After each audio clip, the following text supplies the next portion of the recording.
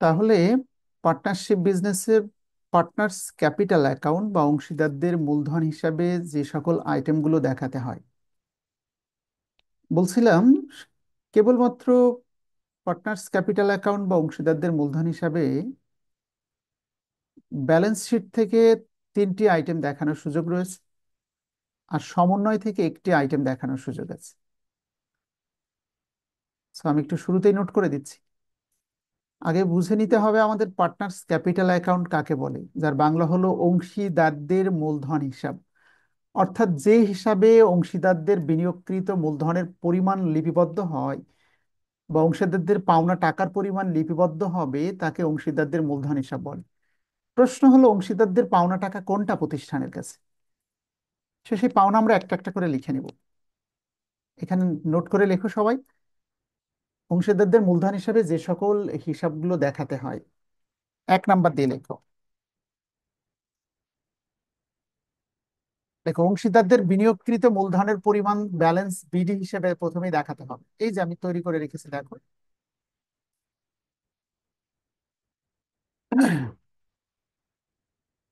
কি বলেছি বলো? অংশীদারদের বিনিয়োগকৃত মূলধনের পরিমাণ ব্যালেন্স বিডি হিসেবে দেখাতে হবে।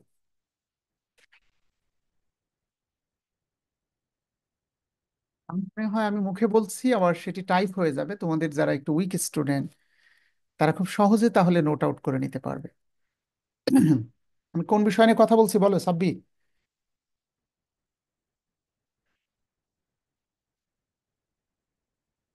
আমাদের টাইটেলটা কি? অংশীদারদের মূলধন হিসাবে যে সকল হিসাব দেখাতে হয় বা যে আইটেমগুলো দেখাতে হয়। 1 নম্বরে কি বলেছি বলো?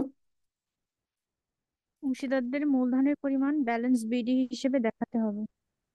লেখো 1 নাম্বার দিয়ে লেখো,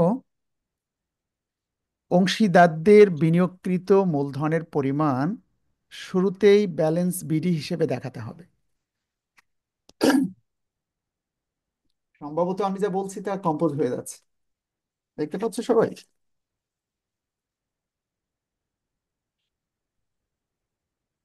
তাহলে 1 নম্বর আইটেমটা কোনটা বলো? অংশীদারদের বিনিয়োগকৃত মূলধনের পরিমাণ শুরুতেই ব্যালেন্স বিডি হিসেবে দেখাতে হবে। আমি এখানে একটা করে লাইন লিখবো, আর সেটা মূল অঙ্কে তোমাদের করে করে দেখাচ্ছি। তাহলে তোমরা 5টি লাইন সম্পর্কে ধারণা থাকলে অঙ্কটা সহজেই পারবে। একটু দেখো সবাই। তাহলে পার্টনার্স ক্যাপিটাল অ্যাকাউন্ট আমাদের প্রথম টার্গেট হলো অংশীদারদের বিনিয়োগকৃত মূলধনের পরিমাণ ব্যালেন্স বিডি হিসেবে দেখানো। সেটা কোথায় লেখা আছে? এই যে ব্যালেন্স শিটটা আছে, এ আর বি যারা ব্যবসা শুরু করেছিল তারা কি পরিমাণ টাকা নিয়ে ব্যবসা শুরু করেছিল, এখানে লেখা আছে দেখো। ক্যাপিটাল 1,20,000 টাকা এ, আর বি হলো 80,000 টাকা।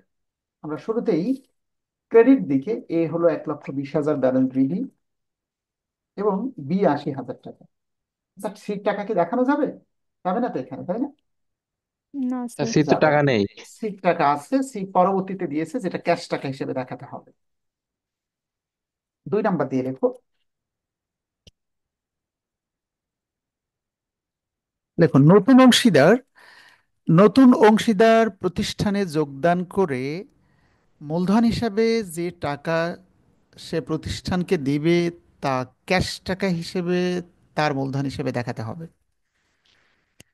আমি লিখে দিয়েছি, দেখো কি লিখেছি দেখো।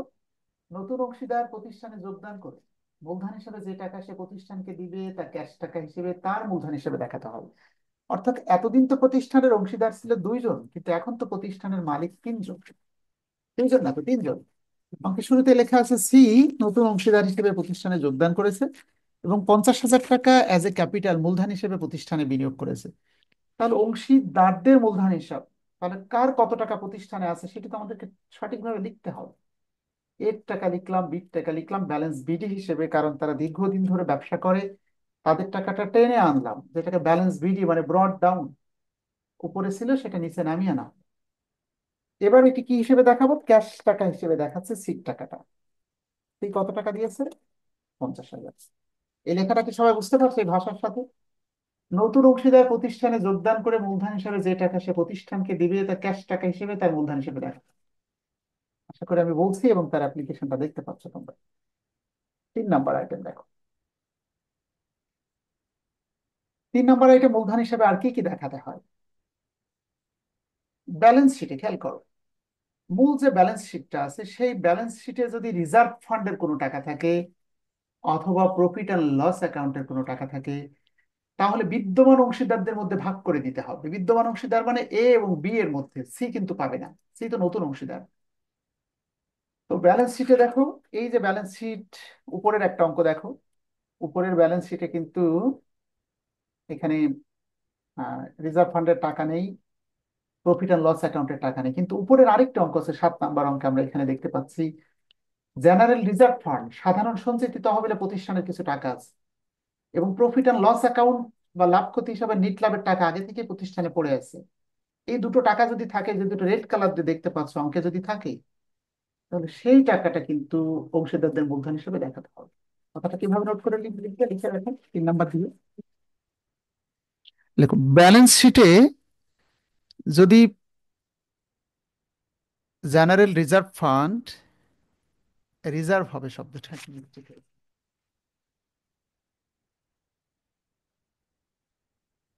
ফান্ড, যদি জেনারেল ফান্ড অথবা প্রফিট অ্যান্ড লস হিসেবে কোনো টাকা থাকে, তাহলে তা বিদ্যমান অংশীদারদের মধ্যে ভাগ করে দিতে হবে।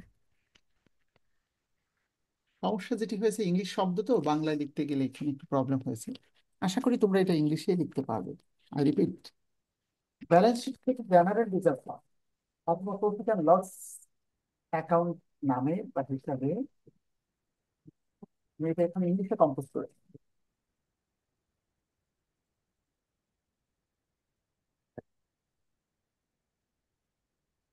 প্রফিট অ্যান্ড লস অ্যাকাউন্ট এর অর্থ হলো লাভ ক্ষতি। দুইজন বন্ধু দীর্ঘদিন ধরে ব্যবসা করে, তাদের লাভের টাকা আছে, তো তাদের লাভের টাকা শুধুমাত্র তারাই ভাগ করে নেবে, এটি স্বাভাবিক।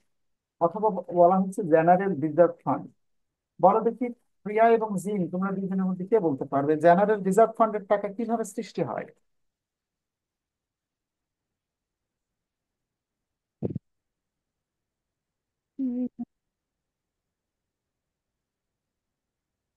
সাধারণ সঞ্চিতি তহবিল এবং প্রফিট অ্যান্ড লস অ্যাকাউন্টের কোনো টাকা থাকে, তাহলে তা বিদ্যমান অংশীদারদের মধ্যে ভাগ করে দিতে হবে। আমাদের এই অঙ্কে আমরা করতে যে দেখলাম যে এখানে কিন্তু জেনারেল রিজার্ভ ফান্ডের কোনো টাকা ছিল না। আমরা যে অঙ্কটা সলিউশন করতে, খেয়াল করে দেখো, এখানে শুধুমাত্র অ্যাকাউন্টস পেয়েবল আছে, ব্যাংক ওভারড্রাফট আছে, দুটো দায়ের দিকে আইটেম আছে, এখানে কোনো রিজার্ভ ফান্ডের টাকা নেই, কোনো প্রফিট অ্যান্ড লস অ্যাকাউন্টের টাকা নেই। যদি থাকতো তাহলে আমরা কিন্তু এখানে ভাগ করে দিতাম, ওই টাইটেল লিখে জেনারেল রিজার্ভ ফান্ড এ আর বির টাকা ভাগ করে দিতাম, প্রফিট অ্যান্ড লস অ্যাকাউন্ট এ আর বি কে ভাগ করে দিতাম। যেহেতু নেই, তাহলে এখানে আমাদেরকে দেখাতে হচ্ছে না। 4 নম্বর আইটেম, 4 নম্বর আইটেম কোনটা হবে বলো? স্যার, রিভ্যালুয়েশন অ্যাকাউন্টে নিট লাভ বা ক্ষতি হলে। সম্পত্তির পুনর্মূল্যায়ন করে যদি নিট লাভ হয়, তাহলে তা বিদ্যমান অংশীদারদের মধ্যে ভাগ করে দিতে হবে, অর্থাৎ ক্রেডিট দিকে টাকাতে দেখাতে হবে।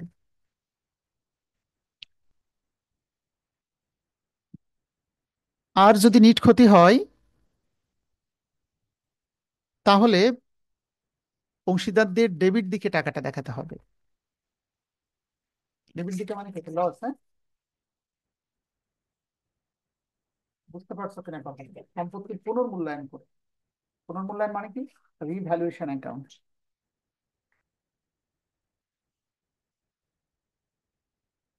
অর্থাৎ রিভ্যালুয়েশন অ্যাকাউন্ট বা সম্পত্তির পুনর্মূল্যায়ন করে যদি নিট লাভ হয়, তাহলে তা বিদ্যমান অংশীদারদের মধ্যে ভাগ করে দিতে হবে, অর্থাৎ ক্রেডিট ক্রেডিট দিকে দেখাতে হবে। ক্রেডিট কেন? কারণ সাব্বির বলো, লাভ হলে তো তাদের মূলধন বৃদ্ধি পাবে, কাজেই টাকাটা ক্রেডিট দিকে দেখাতে হবে।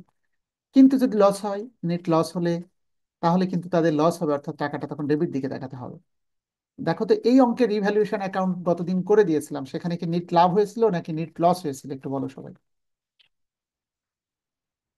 নেট লাভ নাকি নেট স্যার, লস? লস হয়েছিল। Net loss. তাহলে সেই নেট স্যার লস লস। টাকাটা এখন, নেট লস যে টাকাটা আছে সেই টাকাটা ভাগ করে দিতে হবে, কার মধ্যে, transfer to A and B. Transfer to, বলো কত টাকা নিট লস হয়েছিল এবং এ আর বি কে কত টাকা আমরা ভাগ করে দিয়েছিলাম গতদিন? স্যার 13,680। এর টাকা হলো 13,680 টাকা, বি নয় নয় হাজার হাজার একশো একশো বিশ বিশ 9,120। অনেকেই ভাবছো যারা গত ক্লাস ছিলে না, তারা হয়তো বা ভাবছো ওই স্যার এই টাকাটা তো আমরা বুঝতে পারলাম না। দেখো, রিভ্যালুয়েশন অ্যাকাউন্ট যারা একটা ক্লাসও করেছে, সেও অন্তত পক্ষে এই আইটেমটা ভালো করে শিখতে পারছে, সম্পত্তির পুনর্মূল্যায়ন করা। অর্থাৎ এই সমন্বয়গুলো পড়ে পড়ে দেখতে হবে, যদি কোনো সম্পত্তির দাম বাড়ে তাহলে ক্রেডিট ব্যালেন্স, দাম কমলে ডেবিট ব্যালেন্স। আয় থেকে ব্যয় বাদ দিয়ে যদি নিট লাভ হয় তাহলে মূলধন হিসাবে ক্রেডিট দিকে দেখাতে হবে, যদি নিট ক্ষতি হয় তাহলে ডেবিট দিকে দেখাতে হবে। যে কথাটা আমি এখানে লিখে দিয়েছি দেখো, রিভ্যালুয়েশন অ্যাকাউন্ট বা সম্পত্তির পুনর্মূল্যায়ন করে যদি লাভ হয় তাহলে বিদ্যমান অংশীদারদের মধ্যে ভাগ করে দিতে হবে, অর্থাৎ ক্রেডিট দিকে দেখাতে হবে, তার মানে তাদের মূলধন বাড়বে। আর যদি নিট ক্ষতি হয় তাহলে কি হবে? নিট, আমরা ভুল লিখে এসেছি।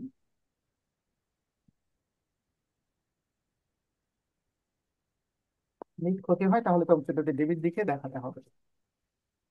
আমি তো বোঝাতে পারছি সবাইকে? এবার আসো, অংশীদারদের মূলধন হিসেবে আর দিকে দেখাতে হয়, তাহলে মেজর আইটেম হলো এই চারটা item। এর বাইরে 5 নাম্বার দিয়ে লিখলেই শেষ হয়ে যাবে না, আমি বলে দিই। 5 নাম্বার আইটেম, মূল অঙ্কটা দেখাচ্ছি তোমাদেরকে, খেয়াল করবে সবাই, ভালো করে শুনবে। সমন্বয়ের না, এই গুডউইল বা সুনাম যদি ব্যালেন্স শিটে থাকতো তাহলে এটা নিয়ে আমাদের কোনো ভাবনা নেই। তাহলে গুডউইল যদি ব্যালেন্স শিটে থাকতো, সরাসরি ব্যালেন্স শিটের সম্পদ দিকে দেখিয়ে দিতাম অঙ্কের শেষে। কিন্তু 5 নাম্বারে আমরা ভালো করে সতর্ক থাকবো, গুডউইল বা সুনামের টাকাটা যদি সমন্বয়ে থাকে তাহলে তা বিদ্যমান অংশীদারদের মধ্যে ভাগ করে দিতে হবে। আর যদি নতুন অংশীদার সুনামের সম্মানী বাবদ কোনো টাকা বিদ্যমান অংশীদারদেরকে দেয় তাহলেও তা বিদ্যমান অংশীদারদের ভাগ করে দিতে হবে। অথবা যদি সুনাম নতুন করে সমন্বয় মূল্যায়ন করে দেখানো হয় তাহলেও তা বিদ্যমান অংশীদারদের মধ্যে ভাগ করে দিতে হবে। আবার বলছি, তাহলে সুনামের টাকাটা সমন্বয়ে দুই ভাবে থাকতে পারে। এক, নতুন অংশীদার প্রতিষ্ঠানে আগমন করে সুনামের সম্মানী বাবদ যদি কোনো টাকা দেয় তাহলে তা বিদ্যমান অংশীদারদের মধ্যে ভাগ করে দিতে হবে। অথবা নতুন অংশীদার সুনামের সম্মানী দেয়নি কিন্তু প্রতিষ্ঠানের সুনাম যদি নতুন করে মূল্যায়ন করা হয় সমন্বয়ে, সেই সুনামের টাকাটা বিদ্যমান অংশীদারদের মধ্যে ভাগ করে দিতে হবে। তাহলে পার্টনার্স ক্যাপিটাল অ্যাকাউন্টের 5 নাম্বার আইটেম খেয়াল করো, নতুন অংশীদার প্রতিষ্ঠানে আগমন করে সুনামের সম্মানী বাবদ কোনো টাকা প্রদান করলে তা বিদ্যমান অংশীদারদের মধ্যে ভাগ করে দিতে হবে। অথবা সমন্বয়ে যদি সুনামের নতুন করে মূল্যায়ন করা হয় সেই টাকাটাও বিদ্যমান অংশীদারদের মধ্যে ভাগ করে দিতে হবে।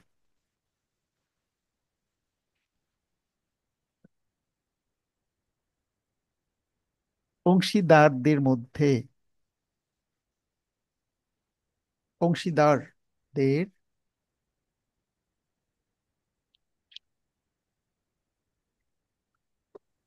আশা করি আমি সুন্দর করে আমার মুখের কথায় নোট করে দিলাম এবং এটা তোমাদেরকে দিয়ে দিচ্ছি, সো দ্যাট তোমরা যারা ঠিকঠাক লিখতে পারোনি তারা অন্তত পক্ষে এটা নিয়ে বেনিফিটেড হতে পারবে। একটু ভালো করে খেয়াল করবে। তাহলে পার্টনার্স ক্যাপিটাল অ্যাকাউন্ট তৈরি করতে হলে এই 5টা বিষয়ে সতর্ক থাকলে হয়ে যাচ্ছে আমার। 1 নম্বর সতর্কতার বিষয়, অংশীদারদের বিনিয়োগকৃত মূলধনের পরিমাণ শুরুতে ব্যালেন্স বিডি হিসেবে লিখতে হবে, লিখেছি। 2 নম্বর সতর্কতার বিষয়, নতুন অংশীদার প্রতিষ্ঠানে আগমন করে মূলধন হিসেবে যে টাকাটা প্রতিষ্ঠানে দিবে তা নতুন অংশীদারের মূলধন হিসেবে দেখাতে হবে, দেখিয়ে দিয়েছে। 3 নম্বর সতর্কতার বিষয়, ব্যালেন্স শিটে যদি জেনারেল রিজার্ভ ফান্ড বা প্রফিট অ্যান্ড লস অ্যাকাউন্টের কোনো টাকা থাকে তাহলে তা বিদ্যমান অংশীদারদের মধ্যে ভাগ করে দিতে হবে, যেহেতু এই অঙ্কে কোনো টাকা ছিল না, এখানে দেখাতে হয়নি। 4 নম্বর বিষয় হলো রিভ্যালুয়েশন অ্যাকাউন্ট বা সম্পত্তির পুনর্মূল্যায়ন করলে লাভের টাকা হলে অংশীদারদের মূলধন বাড়তো, লস হয়েছে বিধায় অংশীদারদের মূলধন কমেছে, ডেবিট দিকে দেখিয়েছে টাকাটা। অ্যান্ড ফাইনালি 5 নম্বর, নতুন অংশীদার প্রতিষ্ঠানে আগমন করে সুনামের সম্মানী বাবদ কোনো টাকা প্রদান করলে তা বিদ্যমান অংশীদারদের মধ্যে ভাগ করে দিতে হবে। বলো, এই প্রশ্নে কি নতুন অংশীদার আগমন করার সময় কোনো টাকা প্রতিষ্ঠানকে দিয়েছিল সুনামের সম্মানী বাবদ? দেয়নি কিন্তু। জি না sir. No money for goodwill was brought by him. C প্রতিষ্ঠানে যেদিন আগমন করে সেদিন শুধুমাত্র 50,000 টাকা মূলধন হিসেবে বিনিয়োগ করেছিল, কিন্তু সুনামের সম্মানী বাবদ কোনো টাকা প্রদান করেনি। কিন্তু প্রতিষ্ঠানে যারা ব্যবসা করে দীর্ঘদিন ধরে তারা একটা সুনামের মূল্যায়ন করেছে, on the date of the admission goodwill of the firm is fixed এর টাকা 40,000। যেদিন সি প্রতিষ্ঠানে আগমন করে সেদিন দুইজন বন্ধু মিলে হিসাব করে দেখলো তাদের প্রতিষ্ঠানের সুনাম 40,000 টাকা। এই সুনামের টাকাটা ভাগ করে দিতে হবে, এই কথা এখানে লিখে দিয়েছি দেখো। অথবা সমন্বয়ে যদি সুনামের নতুন করে মূল্যায়ন করা হয় তাহলে সেই টাকাটাও বিদ্যমান অংশীদারদের মধ্যে ভাগ করে দিতে হবে। তাহলে মনে রাখতে হবে পার্টনারশিপ বিজনেসের অংশীদারদের পার্টনারশিপ বিজনেস বা পার্টনার্স ক্যাপিটাল অ্যাকাউন্টে এই পাঁচটা বিষয়ই প্রভাব ফেলতে পারে। তাহলে আসো, 40,000 টাকা যে মূল্যায়ন করেছে এই 40,000 টাকা আমরা ভাগ করে দিতে চাচ্ছি এ এবং বি এর মাঝে। কি নাম, কি নামে ভাগ করবো বলো দেখি, সাফিয়া এবং সাব্বির, নূরজাহান, তোমরা বলো দেখি কোন নামে টাকাটা দেখাবো তাদেরকে। Sir, capital A, capital B আর ক্যাপিটাল সি, আর এই হচ্ছে টাকাটা গুডউইল। কিন্তু না, অনলি গুডউইলের যে 40,000 টাকা, গুডউইল। এই জি টাকাটা স্যার। শুধুমাত্র এ আর বি কে ভাগ করে দিতে হবে। কিন্তু কি অনুপাতে ভাগ করব? অঙ্কের শুরুতে লেখা ছিল লাভ তাদের যাই হোক বিনিয়োগকৃত মূলধনের। মূলধনের ভিত্তিতে ভাগ হবে, এখানে লেখা আছে। গতদিন না ক্লাস করার কারণে অনেকে বুঝতে একটু অসুবিধা হচ্ছে। A and B were sharing profit and losses in the proportion of their capital strength. এর বাংলা অর্থ হলো তাদের বিনিয়োগকৃত মূলধনের ভিত্তিতে। একজন 1,20,000 টাকা দিয়েছিল, একজন 80,000 টাকা। তাকে উভয় পক্ষে 4টা করে শূন্য বাদ দিলে 12:8, উভয় পক্ষকে 4 দিয়ে ভাগ করলে 3:2 হয়েছিল। তিন তিন ইস্টু ইস্টু দুই হয়েছিল। দুই। তাহলে 40,000 টাকা 3:2 অনুপাতে ভাগ করো, 5 দিয়ে ভাগ করে একজনকে দাও 3 অংশ, 24,000 হবে নাকি? আর জি স্যার। একজনের 2 অংশ, 16,000। 16,000। অন্যান্য যত অঙ্ক আছে সকল অঙ্কের জন্য পার্টনার্স ক্যাপিটাল অ্যাকাউন্ট আসলে তৈরি করা কমপ্লিট হয়ে গেছে বেসিক্যালি। বাট এই অঙ্কটা না, একটু কঠিন। একটা অতিরিক্ত লাইন সেটা কিন্তু সব অঙ্কে নেই। এ পর্যন্ত প্রায় 10টা অঙ্ক ন্যাশনাল ইউনিভার্সিটিতে পার্টনারশিপ বিজনেস থেকে করেছে, বাকি 9টাতে এই ঝামেলা ছিল। এই অঙ্কটাতে একটা অতিরিক্ত লাইন লিখে দিয়ে একটু ঝামেলা করেছে। এই লাইনটা একটু খেয়াল করো, যদি এই লাইনটা লেখা থাকে তাহলে কি করতে হবে। 40,000 টাকা সোনা মূল্যায়ন করা হয়েছে, যাদের টাকা তাদেরকে আমরা বুঝাইয়ে দিতে সক্ষম হয়েছে। বাট প্রশ্নকর্তা একটা কথা স্পষ্ট করে লিখেছে, but no goodwill account will be shown in the books of account. যার বাংলা অর্থ হলো ফাইনাল অ্যাকাউন্টে বা মূল ব্যালেন্স শিটে সুনাম বাবদ কোনো টাকা দেখানো যাবে না। যেহেতু দেখানো যাবে না, তাহলে সুনামটা মূল্যায়ন করে ভাগ করে দেওয়ার পরে আবার অবলোকন করে দিতে হবে। অবলোকন মানে ভ্যানিশ করে দিতে হবে। এবং যখন ভ্যানিশ করে দিব তখন কিন্তু সিও প্রতিষ্ঠানের অংশীদার হয়ে গেছে এবং তারও একটা অংশ দেখিয়ে ভ্যানিশ করতে হবে। এটি এখানে অতিরিক্ত পয়েন্ট। এটি শুধু এই অঙ্কের জন্য প্রযোজ্য। আমি আবার বলছি, সুনাম মূল্যায়ন করে দিতে হবে। মূল্যায়ন করার পরে এই গুডউইলটা আবার অবলোকন করে দিতে হবে, মানে ভ্যানিশ করে দিতে হবে। অর্থাৎ গুডউইলটাকে রিটার্ন অফ করে দিতে হবে। যেটি তাদের প্রাপ্য অংশ বলছিলাম এতক্ষণ, এটা এখন রিটার্ন অফ করে দিব। রিটার্ন অফ এর বাংলা কি বলো? লিখেছো না তোমরা ইন্টারমিডিয়েটে? রিটার্ন অফ মানে কি? অবলোকন। স্যার, সুনামের অবলোকন। অবলোকন মানে বিলুপ্ত করে দিতে হবে।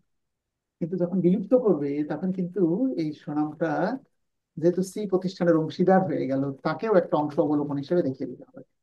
অর্থাৎ 40,000 টাকা নতুন করে অবলোকন করতে হবে। শুধু এ আর বি এইভাবে করলে হবে না।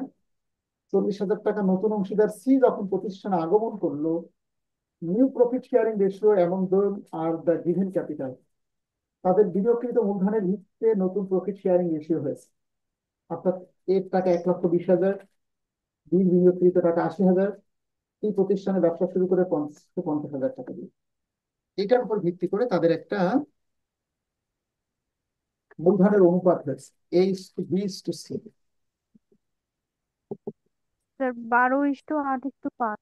এ বিনিয়োগ করেছিল 1,20,000, বির টাকা হলো 80,000, অ্যান্ড ফাইনালি সি দিয়েছে 50,000 টাকা। সবগুলো থেকে 4টা করে শূন্য ডিলিট করে দিলে 12:8:5।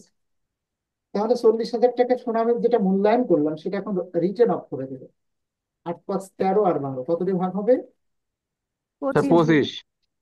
কত হয়? 25 × 25 7 থেকে 1600। আরো 125, 1600 টাকা। 1600 স্যার। 25 150, 1600 টাকা এক এক ভাগে, তাই না? তাহলে এক এক ভাগে যদি 1600 হয় তাহলে 12×25 কত টাকা হয়? স্যার, 12 গুণ, 19,200। এক এক ভাগে 1600 টাকা হলে 12 ভাগে 12 × 1600, 8 × 1600 অ্যান্ড 5 × 1600। গুণ করে করে আমাকে বলবে, আমি এখানে লিখবো। প্রথমে এর টাকা কত? 12 × 16 কত হয়? 19,200 200।200। টাকা। আর তারপরের অংশ ছিল কত বলো? 8 গুণ 1600। বির টাকা হচ্ছে 12,800। 12,800। 12,800। আর ফাইনালি সি 5 আটা 8,000। 8,000। 8,000 টাকা। 8,000। দেখো তাহলে এটা কিন্তু তার অতিরিক্ত এই যে সি কে অবলোকনের সময় সি অংশ নিয়ে আসা হয়। তাহলে আমরা কিন্তু একটি কথা বারবার বলেছি, পার্টনার্স ক্যাপিটাল অ্যাকাউন্টে এই 5টি বিষয় দেখাতে হয়। এর বাইরে অতিরিক্ত অংশ কোনো কোনো অঙ্কে লেখা থাকে, সুনাম মূল্যায়ন করতে পারবে, কিন্তু সুনামটা মূল অ্যাকাউন্টে গণনা করা যাবে না। পার্টনারদের ক্যাপিটাল অ্যাকাউন্টে তাদের মূলধন হিসেবে বাড়িয়ে ব্যালেন্স শিটে তাদের সম্পত্তির পরিমাণ বেশি করে দেখানো যাবে না। অবলোপন করতে হবে মানে প্রতিষ্ঠানের সুনাম প্রতিষ্ঠানেই পড়ে থাকবে, তার মূল্যায়নটা ভ্যানিশ করে দিতে হবে। তো মূল্যায়ন যখন ভ্যানিশ করে দিব, তখন কিন্তু যেহেতু সি এখন অংশীদার হয়ে গেল, তাহলে মূল্যায়নটা ভ্যানিশ করে রাখলেও ভবিষ্যতে যখন মূল্যায়ন হবে তখন তো সি এর অংশীদারিত্ব লাভ করবে। কাজে এখন কিন্তু লসের অংশটা সি কে গ্রহণ করবে। এই কারণে সি কে কিন্তু এই অবলোপনের সময় আমরা ব্যবহার করেছি। এই আমাদের পার্টনার্স ক্যাপিটাল অ্যাকাউন্টটা শেষ হলো, কমপ্লিট হলো। এখন এটা যোগ করে করে ব্যালেন্স সিডি করলে অঙ্কটা শেষ হয়ে যাচ্ছে। বলো, 1,20,000 আর 24,000 কত হবে?